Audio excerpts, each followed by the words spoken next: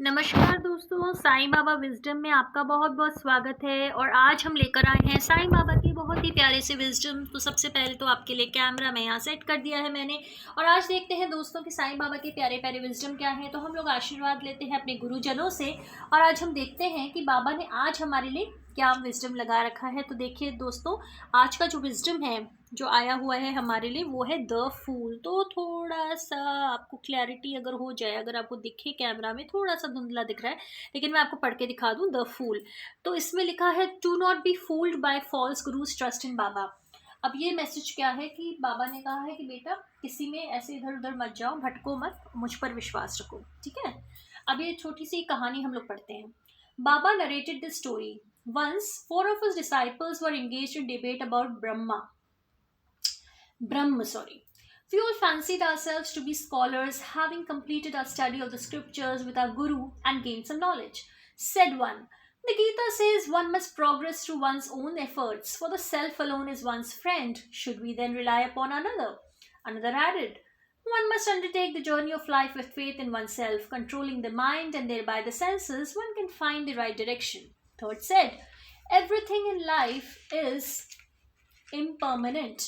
Therefore, one must seek the ultimate reality which never changes. I express my view. What is the use of being well versed in the scriptures unless one can follow them in mind, body, and spirit? One must have complete faith in the Guru, believing him to be God incarnate and surrendering to him with a pure heart. All of us wanted to cross the threshold of mystic experience and seek Brahma. My three friends were committed to make this journey by themselves. I still longed for the guidance of the Guru.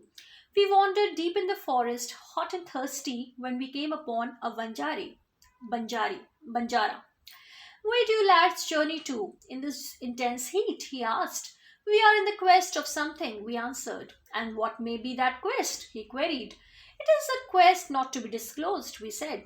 The Manjari nodded and then kindly said, it is not safe to wander thus in the dark forest without a guide, but since you are on some quest, I shall not dissuade you. Before you go on, will you not quench your thirst and break some bread with me?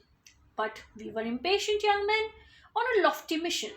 We had no time to spare for an ignorant Vanjari.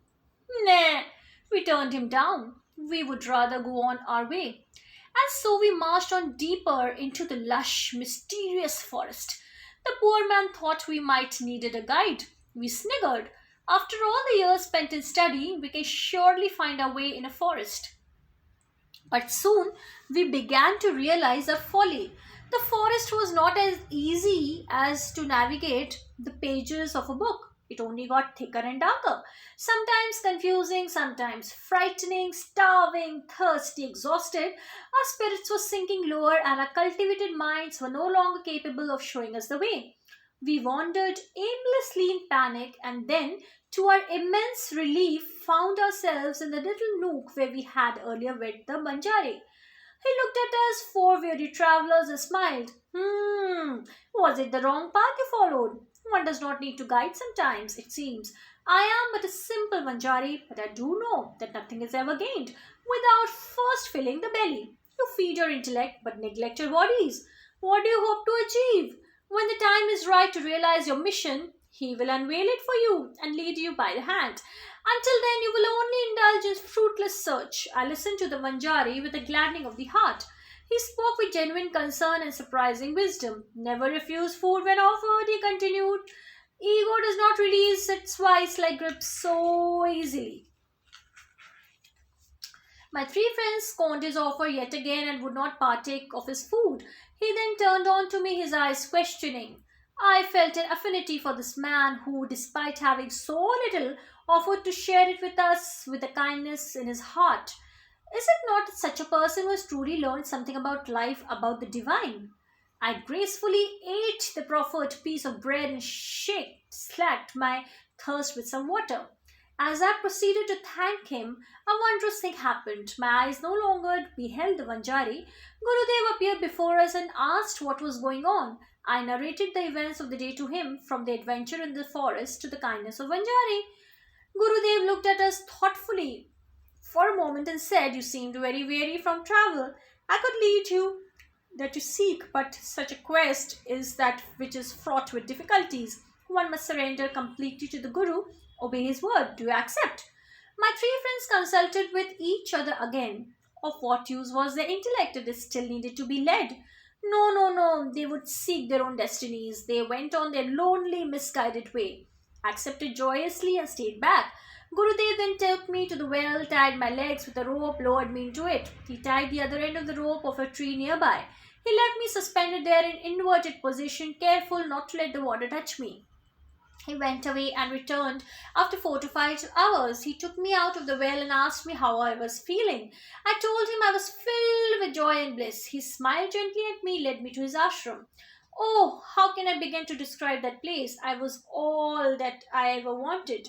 The veil was lifted from my eyes. It was all that I had wanted. I could clearly see the illusory bond that hindered my progress on my chosen path, but I was able to break them easily. My Guru became my world, my guide, my teacher, my purpose.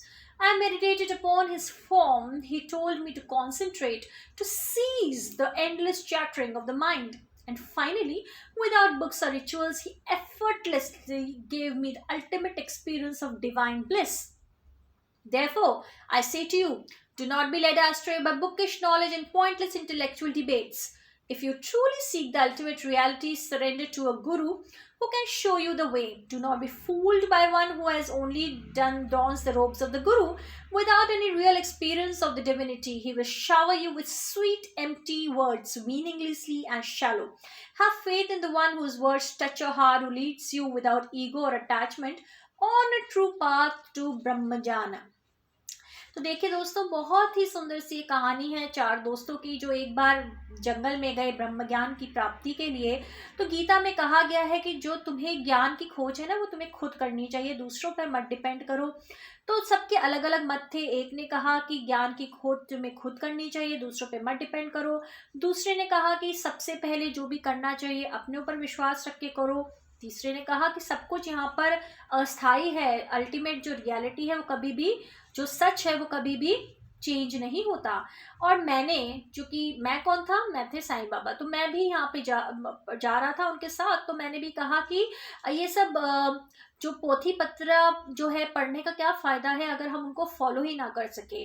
ठीक है, अगर हम उनके जो भी हमने ये जो हमारे ग्रंथ लिखे हैं, अगर हमने उनकी जो सीखे हैं, अगर उनको हमने अपने जीवन में ना अपनाया तो क्या फ़ायदा। तो वो चारों दोस्त निकल पड़े जंगल में। और जंगल में तो आप जानते हैं दोस्तों कितनी प्यास लगती है, भूख लगती है, घना घना जंगल था। उनको एक बंजारा मिला और बंजारे ने उनसे पूछा कि उनकी जो यात्रा है उसका उद्देश्य क्या है। उन्होंने कुछ बताया नहीं, तो वो बंजारा चला गया। थोड़ी देर बाद वो बंजारा फिर से आया। उसको समझ में आया कि हाँ, ये लोग कुछ कुछ तो पा रहे हैं, कुछ तो ढूंढ रहे हैं, लेकिन सॉरी दोस्तों, बता नहीं पा रहे हैं। तो हम लोग क्या थे कि हम लोग तो बड़े अपनी जिद में लगे हुए थे कि हम तो अपनी यात्रा करते रहेंगे। घने जंगल में हम चलते जा रहे थे, चलते जा रहे थे। अब जंगल तो दोस्तों घना जंगल होता है, उसमें बड़े सारे बहुत सारी चीज़ें होती हैं, उसमें भूख भी लगती है, प्यास भी लगती है, जानवरों का भी खतरा रहता है, बहुत सारी चीज़ें हैं। और हम लोग यहाँ पर चले जा रहे चले जा रहे चले जा रहे, हमें पता ही नहीं कि हो क्या रहा है, हम किसी गलत पथ पे तो नहीं है, हमें ये भी नहीं पता था। अब क्या हुआ, वो थोड़ी देर में वो बंजारा फिर से आया। उसने कहा कि भाइयों, मुझसे तुम्हारी हालत ना देखी नहीं जा रही, तो एक काम करो कि थोड़ा सा तुम भोजन ग्रहण कर लो। अब कुछ जो उसके दोस्त थे, उनके दोस्त थे, उन्होंने तो एकदम से कहा नहीं नहीं नहीं नहीं, हमें नहीं चाहिए, भोजन नहीं चाहिए। तो उन्होंने फिर मेरी तरफ देखा, यानी साईं बाबा की तरफ देखा, तो बाबा को उसके प्रति कुछ दया और लगा कि उसका जो दिल है ना वो थोड़ा सा दयालु सा है। तो बाबा ने कहा ठीक है, जो भी भोजन जो भी दिया जाता है वो ईश्वर का ही प्रसाद है, तो उसको मना नहीं किया जाता। तो बाबा ने उससे वो भोजन ग्रहण कर लिया। और थोड़ी देर के बाद फिर से वो जो बंजारा आया, तो जब गुरुदेव